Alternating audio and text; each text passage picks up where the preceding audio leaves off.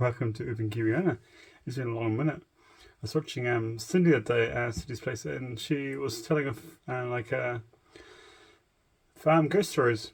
So I thought while I'm sitting here on my boat tonight, I'd share one of mine. It's happened back in 2017. 2017. Had just left a job that I worked in Auckland City and moved to a farm. Friends of mine worked there and got me a job there. So I don't know how long I've been there. Maybe I just can't remember. I can't remember how long it was before I moved into the actual house. But anyway, so I moved to this farmhouse finally after staying a few nights with my friends and working, and the person moved out and I moved into my new farmhouse. My first night there, I was laying in bed. It's probably like maybe 11 at night, 12 at night. And as I was laying in bed, it was a big old empty house. I was laying in bed, I heard footsteps coming through the hallways. Doors opening and closing. Like someone was walking around the house, checking the bedrooms out. And I literally froze in my bed. Like I couldn't move. I literally thought somebody was walking to my house. And I shut my eyes and just laid there, hoping that they'd just leave. And I swear that it sounded like they walked into my room. Because I always sleep my bedroom door. I always sleep my bedroom door shut. It sounded like they walked into my bedroom, stood there, turned around and left. I heard the doors opening and closing again. Then I heard a car door open shut, and then it was gone. Never heard it go down the driveway, nothing. Anyway, so going forwards a little bit, there's this whole place, Highway 22, was absolutely creepy. This is the most scariest probably area I've lived in. Sorry, not overfilming myself, or else I'm not sure we look at the camera. So it's going ringing this. So I would get the cows in maybe 1, 2, 3 in the morning. Start milking by 3. Sometimes I'd be in the paddocks by 1:30 in the morning, going to get the cows in. And we had the farm was in 2 sections, so he had like the boss's side where he lived in, where the shed and everything was, and then he had the side where me and my friend lived. His house was about maybe a k away from mine. We were all quite isolated, we had no neighbours or anything like that. You know, so I was up there on the hills getting the cows in. It was about, I'd say about 1:30 till the morning. I always like to get them in on time. And I saw these 2 headlights coming up my driveway. I had a really, really, really, really long driveway. My house was very isolated. No, you could not see my house from the driveway. And there was absolutely no reason for anybody to be at my house.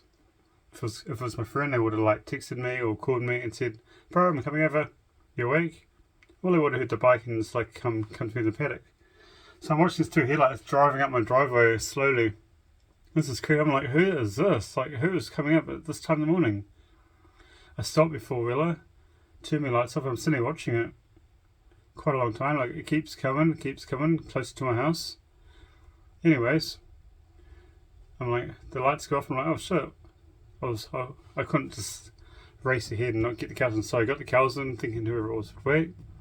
I get back to my house after pushing the cows up through the gate. No one there. No tyre track marks, nothing. Absolutely nothing there. No sign of any car there. Never saw the car leave. There was no headlights going out, no tail lights, and it was dark. Like you needed to have lights on. It was like I said, like 1:30 till the morning. It was mad. And so I'm skipping forward again. This house, like I got to the point where like I'd go to bed like 8, 9 at night because you're tired from working all day, and I don't know if you've ever worked on a farm before, but you know what it's like. I'd go home, have a few drinks, and get drunk enough, or go to my mates, have a few drinks, come home, and go straight to sleep. So I did not want to be awake. It was just weird. Like it was just, I don't know, something about this property was just strange to me. So there was another house on the opposite side of the farm. Back up the main road, maybe about 5k up the road, I think. I might be wrong. But anyway, so this house was even creepier than mine, and mine was creepy, but that house was something else. Excuse me about the bugs. So it was only one night we had a friend come over, and so we heard the stories, and all workers always talk, you know. Boss never believed any of it, like he was big skeptical, like wouldn't buy into any of it. But like us workers, we knew. Like, yeah, no, you're around a place long enough, you know the stories.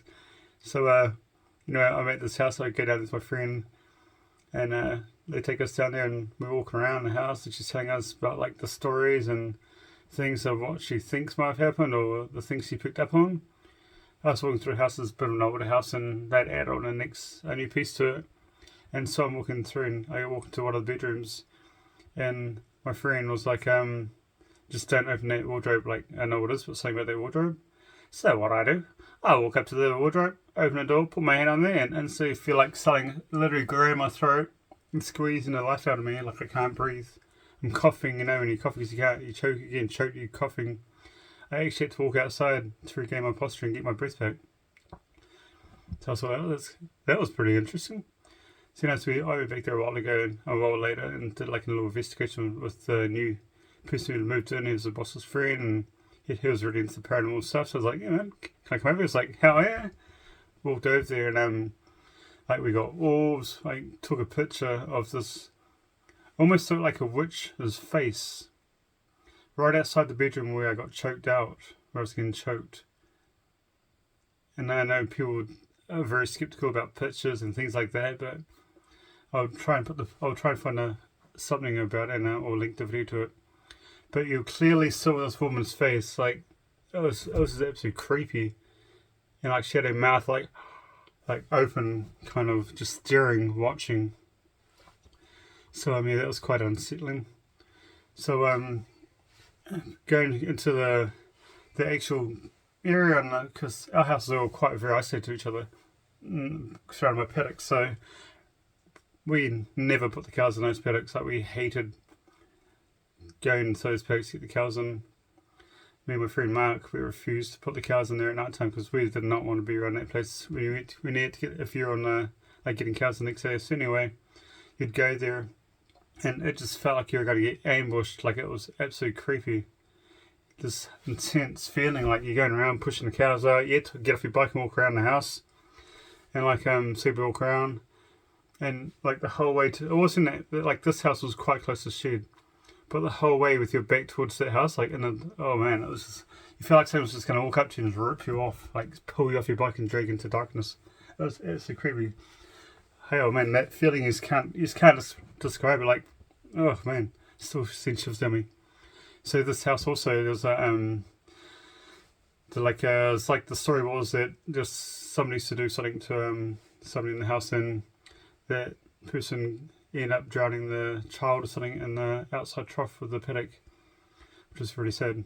I don't know if that was what I was feeling, but it was just definitely something creepy about that place. So fast forward to the cow shed, same property. Cow shed, like lights were coming off, the cups would like turn on and off, just random little things, like the shed would stop working, you'd have to go restart it. Just little things like the day the boss's father passed away. Like everything just kept turning off, and it was freezing cold. It's almost like he'd like just come through one last time to check out his farm. But whatever else was around that place was definitely not his father. It was something dark and something creepy. Nobody really talks about that place anymore, and my friends have moved on, and so have I. But I thought I'd share that with you.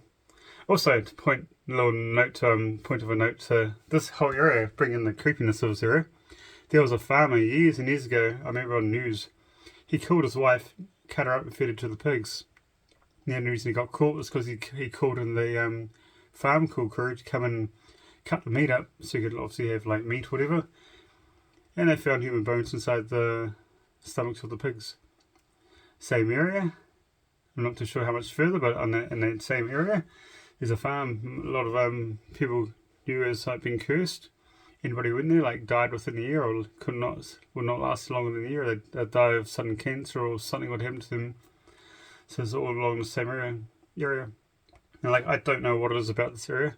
Highway 22, Becca Huntley, check it out. I don't know, but there's something definitely weird about that area. Yeah, thank you so much for watching, and Cindy, thank you for the inspiration to tell one of my stories. I've got a lot, so thank you for watching, and stay blessed, much love, and have an amazing rest of your day. Ciao.